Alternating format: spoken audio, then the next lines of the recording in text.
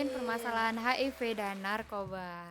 Oke, hari ini aku akan ngebahas tentang bahaya obat-obat terlarang atau yang biasa kita sebut dengan narkoba. Hari ini aku akan ditemani oleh partner host dan narasumber yang bakal ngeramein podcast kali ini. Betul. Nah, ini ada partner host saya. Jadi kali ini dalam podcast ini akan dipimpin oleh Andrea dan Kayla. Yeay. Oke, kita akan ngebahas apa nih, Dri? HIV dan narkoba dong, masa lu Oke. fasin. Oh, ada HIV-nya juga? Iya dong, betul. Nah, biar nggak berlama-lama lagi kita panggil narasumber kita hari ini. Iya, Boleh betul. silakan masuk. Silakan duduk. Oke, boleh perkenalan terlebih dahulu buat para mbak-mbak ini. Yes. Perkenalkan, nama saya Helen. Perkenalkan, nama saya Fanny. Oke, ngomong-ngomong soal narkoba nih, kita boleh langsung masuk ke dalam intinya, boleh kan? Boleh dong. Boleh Oke. dong. Kira-kira angka narkoba di Indonesia ini udah berapa banyak sih? Karena pastinya dengan kasus narkoba ini kan sangat marak-maraknya ya. Di tahun lalu, di tahun ini, dan banyak banget aktor, terus artis juga. Betul. Masyarakat biasa pun juga mengonsumsi narkoba. Bahkan selama periode 2021 sampai 2023 itu diperkirakan sekitar 3,3 juta pengguna narkoba di Indonesia nih. Oke, tapi bagi yang belum paham tentang narkoba nih, boleh dijelaskan mungkin dari kalian? Oliva nih. Boleh dong. Oke, Baik, apa itu narkoba? saya akan bantu jelaskan ya mengenai narkoba. Narkoba itu sendiri merupakan singkatan dari narkotika, psikotropika, dan obat-obatan terlarang. Narkoba memiliki 3 jenis sifat, yaitu alamiah, sintetis, maupun semisintetis. Narkoba ini memiliki efek samping, yaitu penurunan kesadaran, halusinasi, hingga daya rangsang. Narkoba ini sendiri memiliki dampak yang cukup fatal ya, yaitu ketergantungan. Para pengguna narkoba tidak dapat sembuh total dari efek kecanduan tersebut. Pengguna narkoba sebagian besar merupakan remaja, seperti yang kita tahu. Kenapa bisa remaja? Karena remaja merupakan usia-usia labil, sehingga banyak remaja-remaja yang ingin mencoba untuk menggunakan narkoba. Oke, yang seperti kita tahu nih, penggunaan narkoba kan bisa dilakukan dengan berbagai cara ya. Ada yang dihisap, disuntik ya, bahkan dikonsumsi. Tapi bagaimana sih cara penyebarannya ke seluruh tubuh itu juga sama? Dalam kerjanya, otak kita itu punya senyawa neurokimia, salah satunya adalah neurotransmitter. Neurotransmitter ini berfungsi sebagai sistem komunikasi antara otak dan saraf kita. Narkoba ini merupakan senyawa kimia yang menepuk sistem otak dan mengganggu sel saraf dalam mengirimkan sinyal ke otak. Pengaruh dari narkoba ini terhadap sistem saraf kita tuh ada beberapa. Yang pertama ada gangguan saraf sensorik yang dapat menyebabkan kebas dan penglihatan menjadi buram, sehingga dapat menyebabkan kebutaan. Yang kedua ada gangguan saraf otonom yang menyebabkan gerakan yang tidak terkoordinasi, sehingga ketika mabuk ataupun sedang berada di tempat, itu mereka dapat melakukan gerakan yang tanpa disadari. Yang ketiga itu ada gangguan saraf motorik yang menyebabkan gerakan muncul tanpa koordinasi dari sistem motoriknya. Yang keempat adalah gangguan saraf vegetatif yang menyebabkan pengguna mengeluarkan bahasa tanpa disadari. Jadi Oke. itu, Kak. Oke, jadi setelah mengetahui bagaimana cara penyebaran narkoba terhadap tubuh itu ternyata cukup berbahaya ya. Dan apakah ada kemungkinan sih untuk penggunanya menjadi kecanduan? Ya, seperti yang saya bilang tadi, sangat memungkinkan bagi pengguna narkoba untuk dapat kecanduan ketika menggunakan narkoba itu sendiri. Karena narkoba dapat menimbulkan berbagai macam efek pada tubuh kita. Dan kebanyakan efek tersebut tuh mempengaruhi kinerja otak. Jadi salah satu efeknya tuh halusinasi, sehingga membuat orang tersebut tuh bahagia. Zat yang terkandung dalam narkotika dapat mendorong produksi dopamin berlebih dalam otak. Jadi jangan heran kalau penyalahguna narkoba nampak seperti menggubu-gubu dan bahagia. Oh gitu ya ternyata. Wis. Ya. betul. Kalau seseorang udah kecanduan narkoba nih, apa sih yang diserang selain organ tubuh tuh? Selain menyerang organ tubuh kita, narkoba juga dapat menyerang sistem mental kita ya. Kalau misalnya orang yang udah kecanduan itu mereka kadang merasa cemas, depresi, dan bisa menyebabkan gangguan jiwa lainnya. Penggunaan narkoba juga dapat memicu perubahan suasana hati yang signifikan. Terus narkoba ini dapat meningkatkan resiko perilaku yang agresif dan impulsif. Wah, ternyata berbahaya banget ya. Terus Betul. gimana sih cara menghindari narkoba ini? Oke, cara menghindarinya untuk tahap yang paling awal yaitu kita harus mengetahui konsekuensi dari penggunaan narkoba itu sendiri. Dan kita juga harus menghindari rasa penasaran untuk mencoba. Bagaimanapun juga, sebagian besar riwayat kecanduan pada remaja dan anak muda berasal dari rasa penasaran dan ingin coba-coba. Benar-benar. Yang kedua yaitu lebih melakukan kegiatan-kegiatan positif seperti olahraga, bergabung dalam organisasi, dan selalu menghindari pergaulan yang tidak baik. Oke.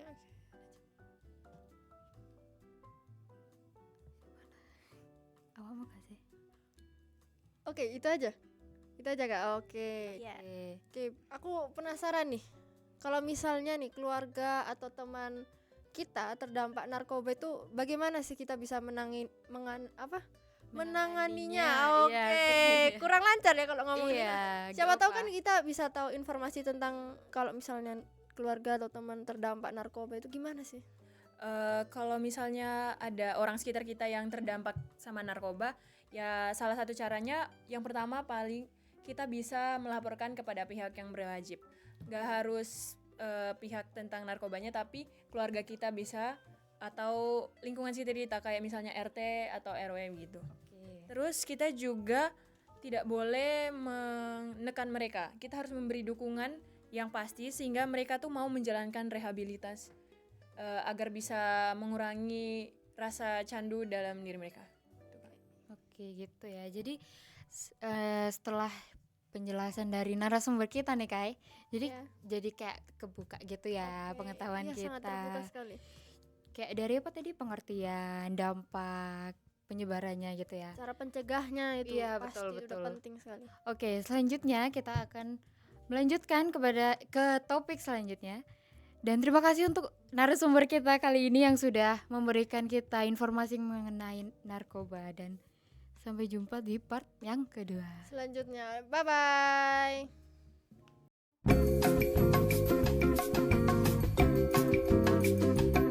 Oke, setelah kita membahas tentang narkoba nih, kita lanjut lagi ke topik HIV.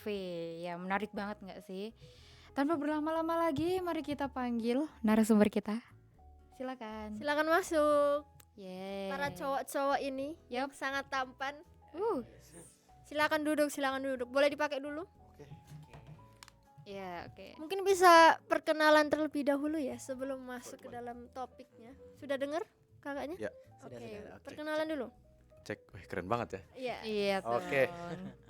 Langsung saja, aku perkenalan, nama saya Gael Sasen Kasila, biasa dipanggil Gael. Oke, Kak Gael ya. Ya, bener. Oke, giliran aku nih. Perkenalkan, nama saya Yaskel Karinas Danari, biasanya dipanggil Kiel. Yes. Langsung masuk ke topiknya boleh kan? Boleh. Langsung aja. Langsung aja ya. Oke. Selanjutnya kita akan ngebahas tentang HIV. Kita mengenal jauh tentang HIV. Ngomong-ngomong nih, setahu saya ya. Setahu kita berdua atau saya? Kita Kita berdua. berdua ya, Yes. karena kita kemarin sudah membaca berita-berita ya Iya, betul. tentang narkoba. Penggunaan narkoba ini juga bisa menyidak HIV. Tapi sebelum itu kami ingin tahu nih, apa itu HIV atau AIDS? Oke, Kenapa siapa yang sangat jelasin? berbahaya sekali? Mungkin bisa dijawab dari salah satu kakaknya. Dari, Aku dulu kali ya. Dari Gael dulu. Oke, boleh, jadi boleh. HIV atau bentar saya baca ini agak susah. Human Immunodeficiency Virus. Nah, jadi itu adalah virus yang menyerang sistem kekebalan tubuh manusia. Jadi jika kita sudah terserang itu bisa melemahkan imun tubuh kita, jadi kita bisa lebih rentan untuk terserang berbagai macam penyakit dan juga virus. Oke. selanjutnya. Oke, kalau dari bahaya. Gantian dia ngomongnya. Oke, terima Gantian kasih dong. Gael. Oke. Jangan saya terus. Kalau bahayanya nih, HIV ini menyerang sistem kekebalan tubuh, khususnya sel darah putih. Nah, sel darah putih yang diserang ini disebut sel CD4. Nah, HIV ini menghancurkan sel CD4 sehingga melemahkan kekebalan tubuhnya kita terhadap penyakit seperti tuberkulosis, infeksi jamur, infeksi bakteri tingkat berat, dan beberapa jenis kanker yang lain. Nah, kalau misalkan kita terkena HIV nih, itu kan pasti bakal ngancurin sel darah putih kita yang namanya CD4. Nah, CD4 ini kan bisa melawan beberapa penyakit yang tadi ku sebutin, tuberkulosis dan lain. Nah, kalau misalkan kita terkena HIV, CD4 itu nggak bakal bisa melawan tuberkulosis dan infeksi jamur dan penyakit-penyakit lainnya seperti itu. Oh, gitu aja ya. Oke. Ternyata AIDS itu adalah perkembangan dari virus HIV. Iya. Benar banget. Nah, setelah kita mengetahui apa itu HIV dan kenapa sangat berbahaya bagi tubuh seseorang yang terkena HIV, kita akan mengetahui fakta-fakta seputar HIV nih. Nah, yang aku tahu itu beberapa fakta tentang HIV. Salah satu faktanya itu tidak bisa menular ya, betul? Betul. Oke. Yes. Karena bersentuhan juga bisa atau tidak bisa. Tidak bisa Tidak menular bisa. karena Oh bersentuhan. ya, tidak bisa ya. Nggak bisa kan? Setahu saya sih enggak ya. Ya. Oke. Nah, mungkin bisa kalian kasih tahu nih fakta-fakta lengkap tentang HIV ini. Oke, jadi selain fakta tadi yang sudah disebutin, nah jadi ada fakta menarik lagi tentang HIV ini. Ternyata sampai sekarang belum ada obat yang mampu menyembuhkan penderita dari HIV gitu. Nah, selain itu jika tidak melakukan perawatan khusus maka HIV ini bisa berkembang menjadi AIDS itu. Nah, Oh. jadi kalau misalkan teman-teman tidak berkonsultasi ke dokter dan ternyata teman-teman itu ada HIV, nah itu kan pasti nggak akan dirawat oleh dokter. Nah, itu pasti bisa berkembang lagi menjadi AIDS. Oke, nah setelah mengetahui nih pengaruh dan faktanya yang menarik tentang HIV, mungkin bisa dikasih tahu Kak bagaimana cara penularan HIV dan AIDS itu? Oke, jadi buat teman-teman yang kepo, karena tadi kita sudah spill ya, ternyata kontak tubuh itu tidak membuat menular. Nah, jadi faktor pertama itu bisa melalui darah atau cairan dari tubuh kita. Jadi apa ya, kayak air liur gitu bisa menularkan HIV jika yang memiliki air liur tersebut itu sudah terjangkit dengan HIV AIDS. Nah, kemudian yang kedua itu bisa dari pemberian ASI dari ibu. Jadi kalau misalnya ada ibu-ibu di luar sana yang sudah terjangkit oleh HIV dan AIDS, mungkin bisa dicari alternatif lainnya karena ASI tersebut bisa membahayakan untuk bayi-bayinya. Nah, yang ketiga itu adalah melalui seks bebas yang tidak menggunakan pengaman. Jadi Oke. dari seks itu bisa menularkan penyakit HIV dan AIDS.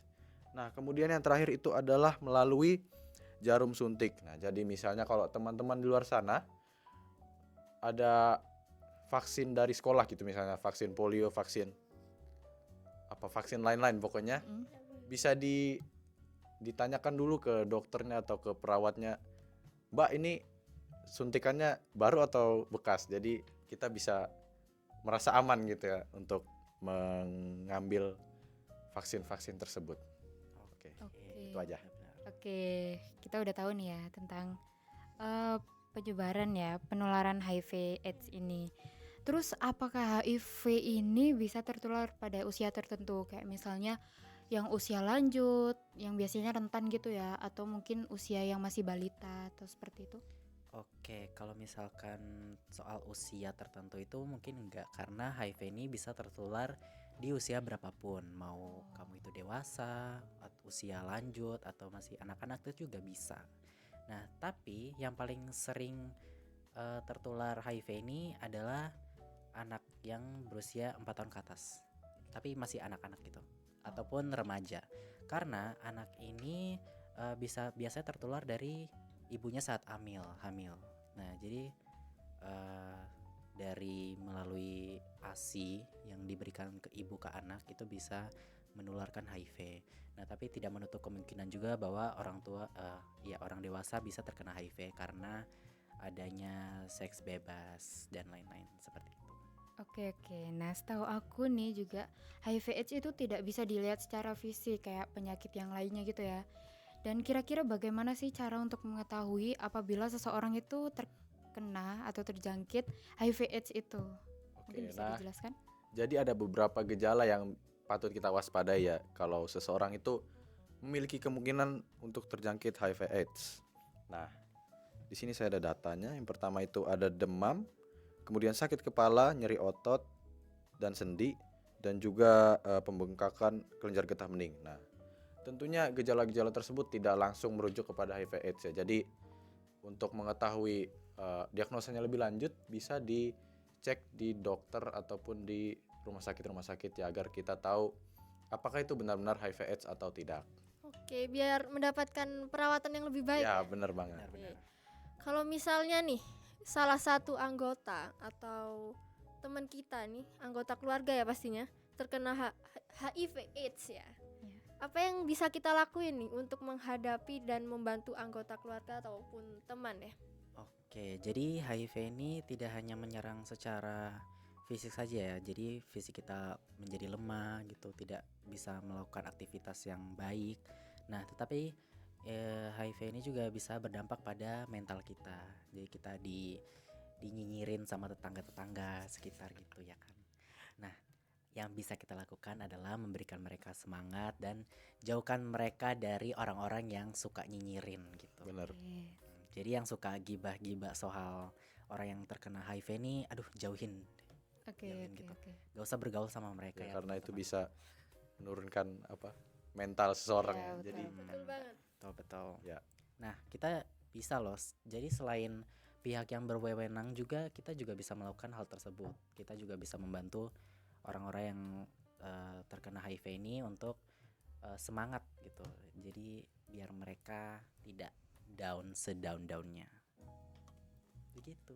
Oke, jadi banget. selain mendukung secara fisik, kita juga harus mendukung secara mental agar Iya. mereka itu tidak merasa rendah ya.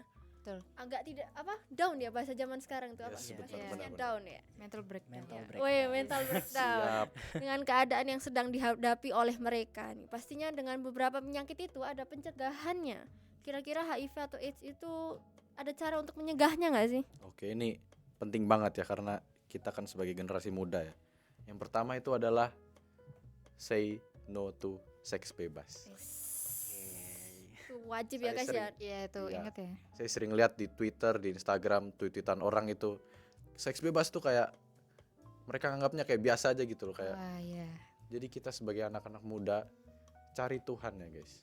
Jangan betul. lari ke Tuhan nomor 1 guys. betul. Iya. Jangan lari ke hal-hal seperti itu. Jangan pergaulan bebas, guys. Iya, Ya, betul. betul. Nah, yang kemudian yang kedua, saya tadi sudah sebutkan juga jangan berbagi jarum suntik yang sama dengan penderita HIV/AIDS. Bukannya kita gimana-gimana ya, kita kan mencoba untuk tidak tertular dengan HIV/AIDS. Jadi kita harus menggunakan jarum suntik yang baru. Jadi seperti yang saya bilang tadi, tanya ke suster atau dokternya ini jarumnya baru atau tidak. Biar Ya, bisa kita biar- pastikan ya. Iya. Biar aman ya, Ya, pastinya. biar aman, ya. benar. Sudah itu aja mas. Udah Mas itu atau aja kak sih. ya ini? Kak aja biar Kak aja. lebih Oh, mudah. Kak aja Oke, ya. oke.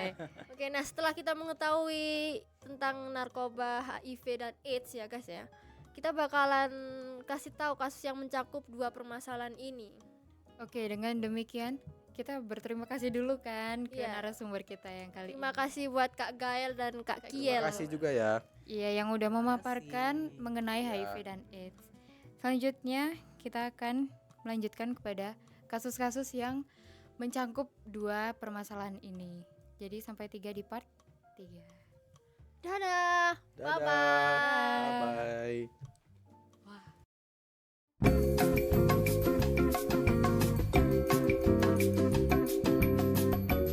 Oke, wah ternyata banyak juga ya Iya, benar. informasi yang kita dapatkan pada hari ini Andre. Iya nih, jadi kita tuh menjadi lebih tahu ya, ternyata di Indonesia tuh banyak banget kasus narkoba sama HIV. Wah apa itu? Aku jadi penasaran banget nih tentang kasus ini ya yang sangat berdampak di kehidupan kita sebagai masyarakat Indonesia. Bener banget. Tapi daripada kita penasaran dan ngangong-ngangong aja, mari kita panggil narasumber kita. Selamat Oke, datang. boleh masuk. Oke. Oke, selamat datang kembali Untuk berdua narasumber ini Kakak kita. Kiel dan Kak Helen ya. Yap. Nah, kemarin tuh saya sama Andra itu sempat baca-baca tentang berita di Kompas ya pastinya, Mm-mm. kompas.com. Apa tuh Andrea? Bisa dibacakan? Jadi ada tuh ya salah satu kasus itu mengenai siswa kelas 3 SMP yang menjadi bandar narkoba. Dan satu lagi itu adalah sejumlah anak di jalanan Solo terkena sifilis dan HIV. Oke. Ternyata di Indonesia nih udah banyak ya kasus yang terkait narkoba dan Iya. HIV ya. Bahkan anak-anak kecil pun juga terlibat dalam permasalahan tersebut. Menurut kalian berdua nih, bagaimana sih dampak bagi kehidupan kita di Indonesia sebagai masyarakat di Indonesia ini? Kalau kita lihat-lihat ya Kak, dampak dari kedua kasus ini tuh hampir sama. Tapi di sini kami berdua akan menjelaskan menurut ancaman, gangguan, hambatan dan tantangan bagi bangsa kita sendiri. Kedua kasus tersebut dapat merusak generasi bangsa kita karena HIV sendiri itu dapat menyebabkan kematian dan narkoba ini dapat menyebabkan kecanduan. Jika generasi dibiarkan terus-menerus kayak begitu, kita akan kehilangan generasi penerus bangsa kita. Yang dimana kita tahu kalau generasi penerus bangsa ini yang dapat menunjukkan perkembangan bangsa ya di masa yang akan datang. Yang berikut ada gangguan yang dapat kita hadapi jika kedua kasus tersebut dibiarkan, dapat menyebabkan remaja menjadi salah satu kalangan yang karena keingintahuan yang besar. Gak apa-apa, gak usah malu-malu. Karena keingintahuan yang besar menyebabkan remaja menjadi salah satu kalangan yang banyak terdampak HIV dan narkoba. Hal ini menjadi gangguan untuk kita karena minimnya pengetahuan mereka tentang HIV dan narkoba, sehingga mereka mudah terpengaruh dengan informasi dari luar maupun informasi dari dalam, serta gaya hidup mereka yang terus berlawanan dengan peraturan norma di negara kita. Selain itu juga, lingkungan yang buruk menjadi salah satu penyebab kalangan muda ini menjadi terpengaruh dengan narkoba maupun HIV. Oke, terima kasih Kak Helen. Selanjutnya kita akan membahas tentang hambatan dan tantangannya nih. Yang pertama hambatan dulu ya. Nah, sebagian kecil masyarakat di Indonesia masih terjerumus dalam yang namanya seks bebas. Dan yang lebih parahnya lagi, seks tersebut dilakukan tanpa adanya alat kontrasepsi, ya, sehingga meningkatkan resiko terjangkitnya penyakit seks menular yaitu HIV atau AIDS. Nah, selain daripada HIV atau AIDS nih, narkoba juga menimbulkan berbagai macam hambatan bagi kaum muda di generasi kita saat ini. Ada dua faktor hambatan yang menyebabkan anak muda di zaman ini sulit lepas dari kecanduan narkoba. Faktor pertama adalah faktor internal. Permasalahan dalam keluarga, pekerjaan, sosial itu bisa menyebabkan kenapa anak-anak di sekarang ini sulit lepas dari kecanduan narkoba, karena masalah-masalah tersebut bisa membuat mereka itu lari dari masalah tersebut dengan menggunakan narkoba begitu. Orang yang sudah kecanduan menganggap bahwa narkoba bisa menjadi pelarian dari masalah yang sedang mereka hadapi. Selain itu juga faktor eksternal atau pergaulan bebas juga berperan vital sebagai penyebab mengapa anak muda kecanduan dengan narkoba. Pergaulan yang tidak sehat bisa menyesatkan anak zaman sekarang ke arah yang tidak benar. Tawaran dari teman seringkali menjadi pemicu utama kenapa seorang bisa mulai kecanduan dengan yang namanya narkoba, begitu ya. Nah, dan selanjutnya nih tantangan. Kurangnya pengetahuan masyarakat sekitar tentang bahaya narkoba dan HIV itu bisa menjadi salah satu tantangan dalam menghadapi permasalahan tersebut. Nah, untuk saran dari kita nih, untuk petugas berwenang perlu melaksanakan sosialisasi di lingkungan pendidikan, lingkungan masyarakat, tokoh agama, instansi pemerintah dan lain-lain. program tersebut tidak hanya digunakan secara langsung tatap muka, tetapi dengan kecanggihan di era milenial ini seperti kita menggunakan teknologi gitu ya. Nah, BNN Provinsi Sumatera Selatan juga memanfaatkan media-media seperti ini. Media sosial, media elektronik, media cetak begitu. Itu saran dari kami. Oke, gitu ya Kak ya. Terus bagaimana sih pendapat Kakak ini terkait narkoba dan HIV? Mungkin salah satu bisa menjelaskan. Dari Oke, siapa? mungkin dari perspektif agama nih. Oke, Ini boleh. agak intim ya sebenarnya. boleh. Nah, kalau melansir dari ayat Alkitab 1 Korintus 3 ayat 16-17 sampai 17, saya bacakan, "Tidak tahukah kamu bahwa kamu adalah bait Allah dan bahwa Roh Allah diam dalam kamu? Jika ada orang yang membinasakan bait Allah, maka Allah akan membinasakan dia, sebab bait Allah adalah kudus dan bait Allah itu adalah kamu." Nah, menurut saya di ayat ini nih merujuk pada orang-orang yang tidak mengandalkan Tuhan dalam diri mereka, sehingga mereka itu lari dari permasalahan mereka, mulai terjangkit narkoba, terjangkit pergaulan yang bebas itu kan. Nah, dari mereka mengkonsumsi narkoba dan terjangkit penyakit HIV itu kan bisa merusak tubuh mereka. Nah, sedangkan di ayat ini dikatakan bahwa kamu adalah bait Allah. Jadi tubuh kita ini adalah bait Allah. Nah, kita ini tidak boleh merusak tubuh kita karena karena jika ada orang yang membinasakan bait Allah, maka Allah akan membinasakan dia gitu. Oke, jadi wah dari tadi tuh pembahasan kita yang dari narkoba, HIV, yang dari awal banget nih sampai kita menerapkan pada kasus-kasus ya, keren banget. Oke, ya Tidak terasa ya. ya tidak terasa kita udah di penghujung podcast. Dan ya pastinya kita udah belajar banyak ya. Kita tiba saatnya kita menutup sesi podcast kita kali ini. Kita ucapkan terima kasih untuk narasumber kita kali ini. Terima Dan- kasih banyak ya. Iya. Ya Kak, sama-sama. Dan untuk para penonton terima kasih juga sudah mendengarkan. Semoga dengan podcast kita dapat menyampaikan ilmu nih. Oke, kami ucapkan sampai jumpa dan Apa ini? assalamualaikum. Oh ya. Assalamualaikum warahmatullahi wabarakatuh. Forza Serviam.